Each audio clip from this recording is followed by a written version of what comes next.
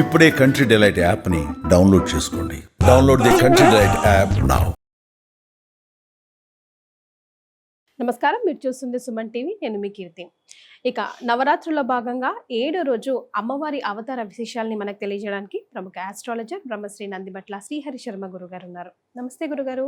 వాగర్థావివ సంపృక్తౌ వాగర్థ ప్రతిపత్తయే జగతః పితరౌ వందే పార్వతీ పరమేశ్వరౌ.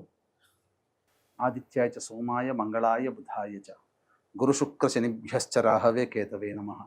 శృంగేరి జగద్గురు పీఠాధిపతులకి, కంచి పీఠాధిపతులకి నమస్కారములు తెలియజేసుకుంటూ కార్యక్రమాన్ని ప్రారంభిద్దాం. గురుగారు, నవరాత్రిలో ఇక 7వ రోజుకి చేరుకున్నాం. మరి ఈ రోజు అవతార విశేషాలు. దసరా శరన్నవరాత్రుల అవతారాలలో భాగంగా 7వ రోజు మహాచండీ రూపంలో అమ్మవారిని కొలుస్తాం. ఈ మహాచండీ ఎవరయ్యానంటే, రాక్షసుల సంహారం జరిగింది కదమ్మా, అనేక మంది పేర్లు కలిగినటువంటి రాక్షసుల సంహారం జరిగింది. ఇందులో చండు ముండు అనే ఇద్దరు రాక్షసులని అనేక సంవత్సరాల పాటు యుద్ధం చేసి అవిశ్రాంతంగా భీకర యుద్ధం జరిపి ఈ చండు ముండు అనేటువంటి యొక్క రాక్షసులని సంహరించడం జరిగింది. ఈ మహాచండీ అమ్మవారికి సంబంధించినటువంటి గాథ కూడా ఒకటి ఉంది.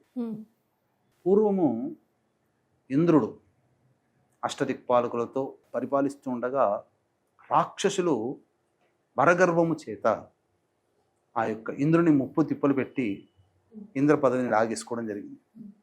దేవతలతో సహా ఇంద్రుడు బ్రహ్మ దగ్గరికి వరమే ఇవ్వగలను కానీ నాకు తెలియదని చెప్పి విష్ణు దగ్గరికి వస్తే, వీళ్ళందరికీ కాదు, మీకు అసలైనటువంటి వాడు పరమేశ్వరుడు, ఆయన దగ్గరికి వెళ్ళండి అని చెప్పగా పరమేశ్వరుని దగ్గరికి వెళ్ళడం జరిగింది. అప్పుడు మాతృదేవతల్ని మీరు ఉపాసన చేయండి, అప్పుడు వారి అనుగ్రహంతో మీకు పని సాధ్యమైపోతుందని చెప్పగా ఇంద్రాద్యష్ట దిక్పాలక ముని దేవతలందరూ కూడా మాతృదేవతని స్తుతించేసరికి ఆ మాతృదేవతలు ప్రత్యక్షమై ఒక్కొక్కరు ఒక్కొక్క అస్త్రము శస్త్రము అనేటిని ప్రసాదించి ఒక స్త్రీమూర్తి ఉద్భవించిన ఆ మాతృదేవతలందరి అంశాలతో కలిపి ఒక స్త్రీమూర్తి ఉద్భవించింది. ఆ స్త్రీమూర్తికి అందరూ దేవతలందరూ కలిసి ఒక్కొక్క అస్త్రాన్ని ఇవ్వడం జరిగింది. ఆమెనే మహాచండీ స్వరూపముగా వెలిసింది. మహాచండీ స్వరూపంగా వెలిసి ఆ రాక్షసులందరినీ కూడా సంహరించింది. సంహరించి ఎక్కడికి వెళ్ళింది తెలుసామా? హిమాలయ పర్వత ప్రాంతంలో ఉన్నటువంటి హరిద్వార్ దగ్గరికి వెళ్ళి అక్కడ నీల పర్వతము అనే ఒకటి ఉంది. ఆ నీల పర్వత శిఖరాగ్రాన కూర్చొని ఉండిపోయింది. అక్కడే ఉండిపోయింది. ఈ యొక్క ప్రపంచ పర్యటనలో భాగంగా ఆదిశంకరాచార్యుల వారు హరిద్వార్కి వెళ్ళినప్పుడు ఆ నీలపర్వతంలో ఉన్నటువంటి అమ్మవారి శక్తిని గమనించి ఆ అమ్మవారిని అక్కడ విగ్రహ రూపంలో ప్రతిష్ఠింపజేసి శ్రీచక్రం అక్కడ పెట్టడం జరిగింది. ఆ రోజు దార్భ్యత ఈ నవరాత్రుల్లో భాగంగా అమ్మవారిని మహాచండీ అవతార రూపంగా ఎప్పుడైతే కొలుస్తారో, ఏ రోజైతే ఆరాధన చేస్తారో, అటువంటి రోజున ఆ హరిద్వార్లో ఉన్నటువంటి నీల పర్వతం దగ్గరికి వెళ్ళి ఆ అమ్మవారిని దర్శనం చేసుకొని వస్తారు. ఈ అమ్మవారు శక్తి మనం మాటల్లో వర్ణించలేనటువంటిది. సౌమ్యంగా ఉన్నప్పుడు మహాలక్ష్మి, మహాసరస్వతి, త్రిపుర సుందరి, అలాగే ఈ సంబంధించినటువంటి దేవతల రూపంలో శాంతమైన రూపంలో ఉంటే, క్రోధ రూపంలో వచ్చినప్పుడు మహాకాళి, భద్రకాళి, ఇలా ఉగ్రరూపమైనటువంటి శక్తితో అమ్మవారు కనిపిస్తుంటుంది. ఈ అమ్మవారిని ఉపాసన చేయడం వల్ల విద్య, కీర్తి ప్రతిష్టలు, శత్రుజయము, కోర్టుల వ్యవహారాల్లో పైచేయి సాధించడము, ఎక్కడికి పోయినా తిరుగులేని జీవితాన్ని గడపడం ఈ మహాచండీ రూపంలో ఉన్నటువంటి అమ్మవారిని పూజించడం ద్వారా కలుగుతుందని చెప్పవచ్చు. కాబట్టి ఈ రోజున అందరికీ తెలిసిందే చండీ హోమము, చండీ హోమము, చండీ హోమం అని అంటుంటారు. ఈ అమ్మవారి స్వరూపమే.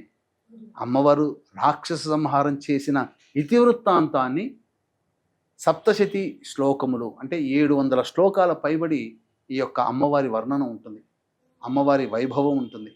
అమ్మవారి యొక్క దుష్ట సంహారము గురించి చెప్పబడి ఉంటుంది. కాబట్టి ఇన్ని రకాలైనటువంటి వర్ణన ఆ సప్తశతి శ్లోకములలో నిక్షిప్తమై ఉన్నది. కాబట్టి ఆ స్వరూపాన్నే మనము ఈ రోజున చండీ పారాయణం చేసి శతచండీ, సహస్రచండీ, అయుతచండీ, ప్రయుతచండీ, నీతచండీ ఇలా చెప్పుకుంటూ వెళుతుంటుంటారు.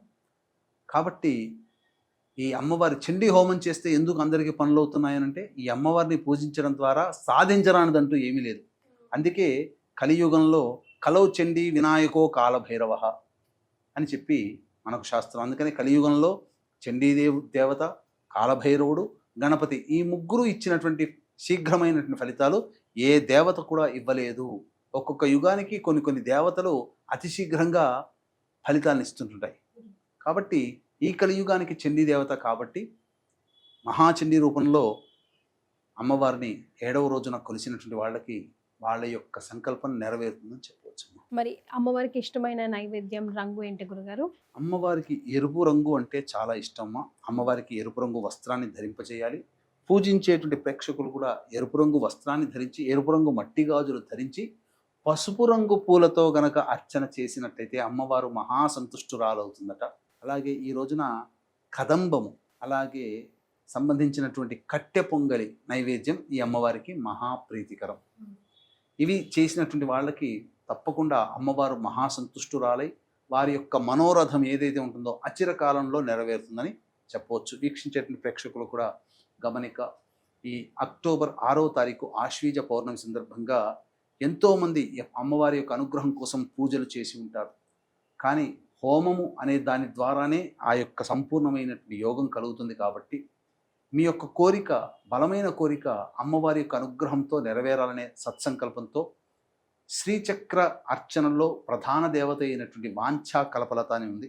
ఈ వాంఛా కల్పలత సిద్ధి హోమము అక్టోబర్ 10న గురువు కర్కాటక రాశిలో ఉచ్చస్థితిలో మారుతున్నాడు. కాబట్టి అన్ని రంగాలలో ఉన్నటువంటి వాళ్ళకి కార్య జయం కలగాలి, అనుకూలత కలగాలి, గురుబలం పెరగాలనే ఉద్దేశంతో దత్తాత్రేయ, బృహస్పతి గ్రహ మరియు దక్షిణామూర్తి హోమములతో పాటుగా మీ జాతకరీత్యా కలుగు విద్య, వివాహ, ఉద్యోగ, దాంపత్య, అనారోగ్య సమస్యల నివారణకి సర్వదోష నివారణ పూజల హోమాలని జరిపించి శక్తిపాతము చేసినటువంటి కరుంగలి మాల ఇవ్వడం జరుగుతుంది. అవకాశం ఉన్న వాళ్ళు కార్యక్రమ తదనంతరం కాంటాక్ట్ చేసి మీ గోత్రనామాదులు నమోదు చేసుకోవచ్చు. ఈ కార్యక్రమంలో నమోదు చేసుకున్నటువంటి వాళ్ళకి శక్తిపాతం చేసినటువంటి కరుంగలి మాల ఇవ్వడం జరుగుతుంది. చాలా సంతోషం గురుగారు. అమ్మవారి నవరాత్రుల్లో భాగంగా 7వ అవతారం మహాచండీ అవతార వివరాలు తెలియజేశారు. ధన్యవాదాలు. సర్వం శ్రీ ఉమామహేశ్వర పరబ్రహ్మార్పణమస్తు.